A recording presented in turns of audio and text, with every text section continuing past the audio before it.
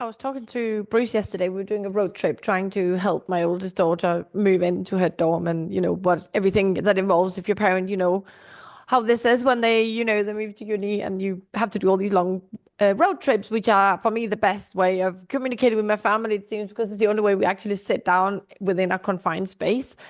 And we were just discussing, because we had an argument recently, and I realized how different our brains work. And I pointed out to him, like I said, when I come across as really annoying because I keep asking you why, it's because the way my brain works is I need to know why. I need to know exactly why something happens or how it happened because I need to put it into a context so my brain can have the whole picture and form the full story. When I have gaps of knowledge in a story, my brain will work very hard to fill those gaps with completely random thoughts that are probably very incorrect. And this has led me to really, really ask, like, why is it that us vets get so much burnout? Like, it seems my brain is just constantly pondering on it, and I gather little snippets of information, and my brain puts them into the gaps I had before, in the holes of this story that is veterinary medicine. And I think a lot of vets work the same. I think we all have incredibly problem-solving brains. So we always want to have all the little bits and pieces and they all have to fit together like a puzzle. And when they don't, that's when we get a bit panicky. That is also why when we lack information about what the owners think about us, what was said, things they haven't told us, that stresses us out a lot because we then make things up, which tends to be putting us, whatever it is, in a very negative light, and then we beat ourselves up. But that's another bit. So, one of the reasons that we are stressing out so much and why we struggle so much to cope in this situation is basically because our brains cannot keep up with this incredibly fast evolution we've had over the last years. So I actually then, because my brain is like, why, how, but why, what? When I went into a rabbit hole and just spent like half an hour looking at the veterinary history, and I don't want to go into details and bore you, but in just as a context, the veterinary medicine, like traditional Chinese veterinary medicine, dates back to about 10,000 years ago. So 10,000 years ago, there was some Chinese emperor that said, oh, we know they started having husbandry and let's start doing something about whatever horses, cows need healing, right? And it said that our veterinary father is someone called, I need to read this, Urlugaledinna, who lived in the Mesopotamia region about 3,000 years before the Common Era, which is the Bronze Age. So already then there were healers that were taking care of animals. In that case, it was more, husbandry, so goats, camels, whatever people were working with. And that has happened for such a long time, no? And I can imagine back then that it was very much like first, little tiny little villages, everybody knew each other, and the healer that was the vet back then would probably become known from like mouth to mouth, like such and such helped me with this limping horse or whatever. And that's how it slowly grew. No, I'm not going to go into details, but that's what I imagine what would happen. And so you're thinking from like 10,000, 3,000 years ago up to now, we have like slowly grown and slowly found like ways to do things, new protocols, new medicine, biology, anatomy, everything has slowly changed, and we've gathered this information. And during that time, mainly it was farmers, so it was people's livelihood. And then, then they started having dogs. And our role in that, I think, was very clear, right? There was not much mistrust. There was not much, all these people are doing it in a different way, because it was like you or nobody in the area. When you compare to that, I had to look this up, but like social media kicked off in 1996, which is less than 30 years ago. And Google became widely used in 2000, which is 25 years ago. So for several thousand years, we've had time to very slowly adapt and learn more and form our role and find our place in society. And then in a space of 25 to 30 years, it's just kicked off at a rate that nobody could ever have imagined. At a rate where now anybody can Google and find a random vet in another part of the country and go there from Google reviews. If anybody is unhappy, it can go on social media and it can just spread like wildfire. We don't have that kind of fixed place anymore. We don't have the certainty that our village know how we work. Everybody understand each other. We know that that guy with that horse, he's one of those that doesn't treat his horse. But like we don't have that information. Everything is so widespread now, and it obviously means that we're also different, right? Like people that come to us are not people we know. It's not people we've been in contact with before. We don't know anybody who knows them. We don't know how they work. We don't know their culture. And all that has only happened within the last 30 years. It means that we don't fully understand, owners' intentions, what the priorities are, what their prior experience is, what traumas they have. We don't know any of this. And we go into each consultation, which is quite a few during the day, are coming into owners that are completely different, that have different views that they may have gained on social media about the vets. They may have Googled different things that, by in the past, we didn't have that, right? People come in with a limping dog and they would say, find out what's wrong with it. Now they'll be like, could it be leishmaniasis? Could it be this? Could it be this fungus that is not called? There's all that we have not actually learned how to deal with. We also have no way of controlling how owners will react. Meaning, if I make a mistake in the past, say hundreds years ago, it would be like, oh my God, this mistake happened, and you already know that this person is a farmer. Maybe we have lemon trees. Okay, can I help you sell your lemons? There would be a bit of, you would have some baseline to know how this owner is going to react. Are they poor? Are they rich? Have they got a lot of family? Are they going to jab a lot? Are they not? And you would have some sort of control over the situation and how you can kind of moderate how they react and the consequences of that. And we have no way to do that now because the reactions and the consequences of a little mistake we might make or a big mistake is just so out of control between the Google reviews and, where people suddenly send them viral because they are not happy, or with social media. And we're also afraid now of being judged by colleagues because obviously now things have grown so quickly that you don't know your colleagues anymore. You don't know the vets that work in the practice down the road because everything changes and is corporates now. And all that has been very recent years as well.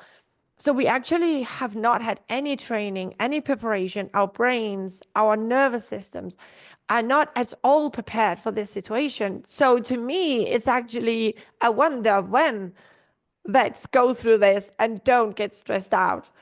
The few vets I meet along the way that I talk to that are more or less my age and they seem to be super grounded, super happy, get along with everybody, those are rare. And they're rare because, of course, there is an exception to fulfill the rule. It's like when I complain about bulldogs and people saying, yeah, I had one and it was really great. And I'm like, great, you had 1 out of 10,000. That was good. That does not mean that all bulldogs are amazing.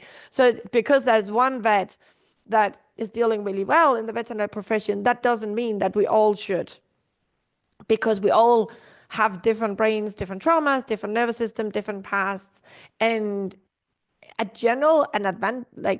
average human being working in this actually has no tools or no preparation or no way of their brain evolving as fast as Google and social media have done.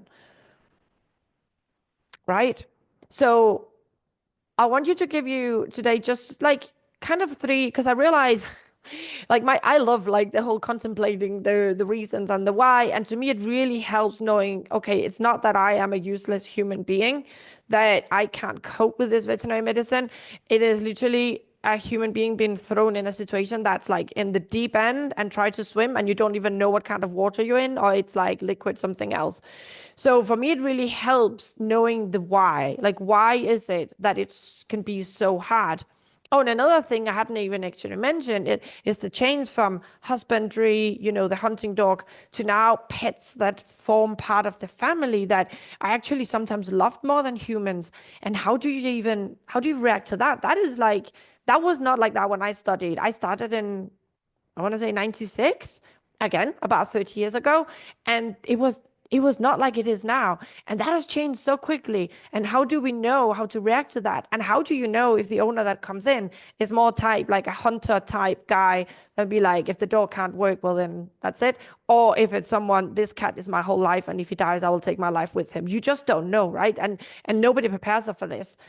So first of all, so I hope this, what I've said to you now, if you're like me and you want to know the why, this can help you maybe feel a bit more at ease, feel like you can breathe a bit easier, knowing, okay, it's normal that I'm like this. It's not that I don't know how to do this, or I am specifically useless and, imposter syndrome, why can't I figure it out? It's actually normal, right? Because you're not built, you have not evolved to this crazy situation we are in right now. But I also want to give you some tips so you actually can take some away from this podcast you can actually use to try and adapt a bit. And the first thing is, like, obviously you're not gonna just listen to this podcast or do these things and then suddenly now you have evolved 3,000 years in one go.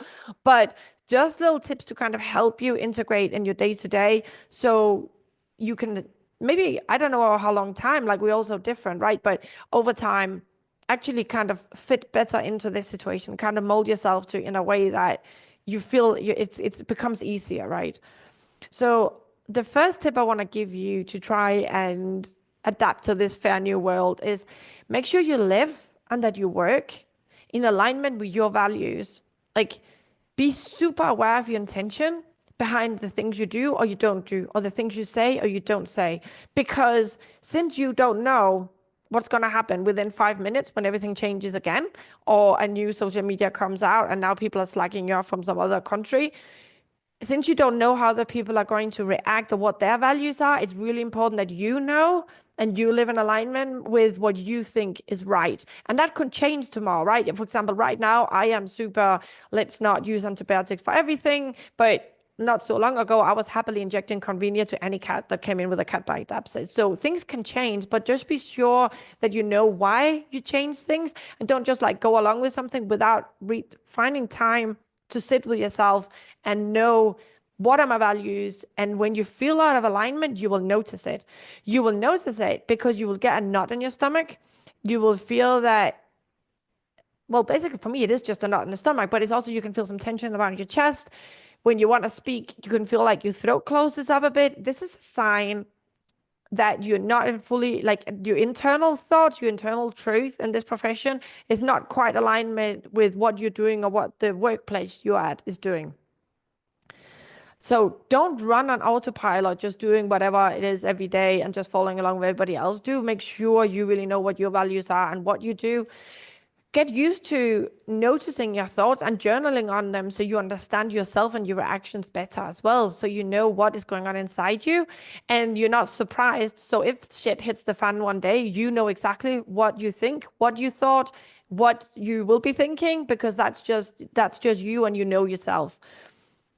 And the second tip I want to give you to help you adapt better to this, to all this newness around us, is learn to pause when you're communicating with other humans.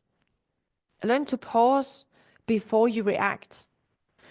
Notice when you get defensive or you get frustrated or you get anxious when you're communicating with, for example, a client, because this will be your nervous system taking over and reacting, and you might not be even sure why you're becoming defensive.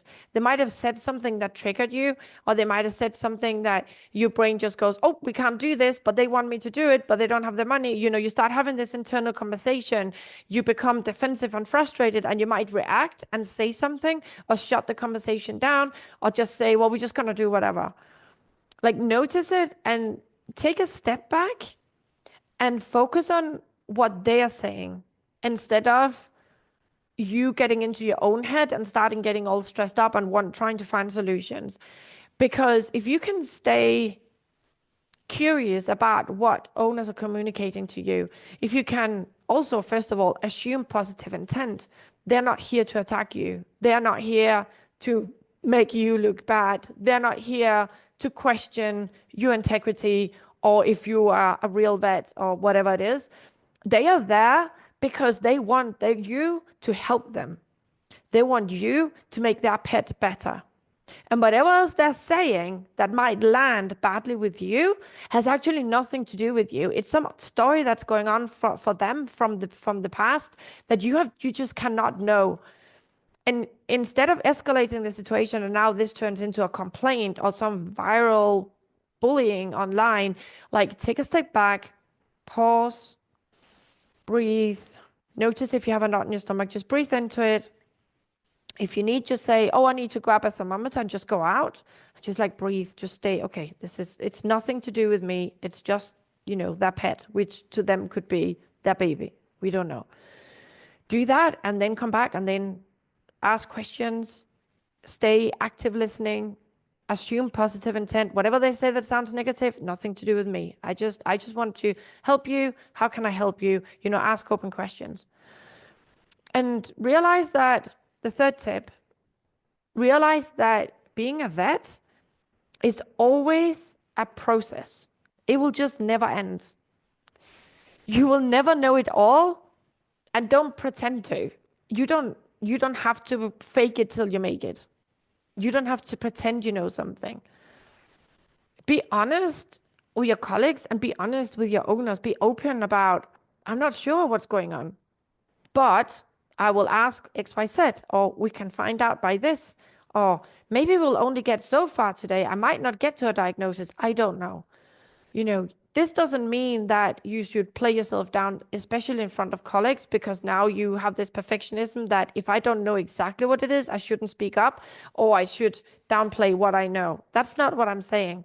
But just be really honest with yourself and open with others. Like, this is my limitations, and I'm happy and proud of everything I know already, and this is my limitation today, and how can we move on from there? Like, don't let the panic of this like surge of panic that comes when we get like a knot in the stomach and we have to breathe very shallow and very, very fast, like because we think, I don't know this shit, I don't know. Don't let that direct your day. Come back, breathe, pause, and say, okay, I don't know this, but what do I know? How far can I get with the money the owners have available and my knowledge and what I have around me? And know that it's always going to be a process. You're always going to learn new stuff. You're always going to know stuff that then tomorrow you find out is wrong. Like I mentioned before, because of my now, I think, terrible use of antibiotics in the past. And that is normal. It's a process. So because this process is so fast compared to how it was in the past, because also we learn so fast via the internet, via, all the webinars we can have access to that we didn't have access to 30 years ago, it can seem like there's all this knowledge that I should have under my belt and I don't, but you're never going to have it. And that is really important to know as well. I hope you found this helpful, and I would love if you would reach out to me with any questions you have, like anything I could address on the podcast as well, because a lot of this is obviously from people I coach or comments I see on social media, or thoughts I've had myself that I talk about. But if there's something that you think I haven't addressed in the podcast that you would really like me to talk about, then write me a comment, send me an email. All the information is in the show notes. So I would love to hear from you. Also, please write a review. I would love for you to write a review and get some feedback. That really, really helps.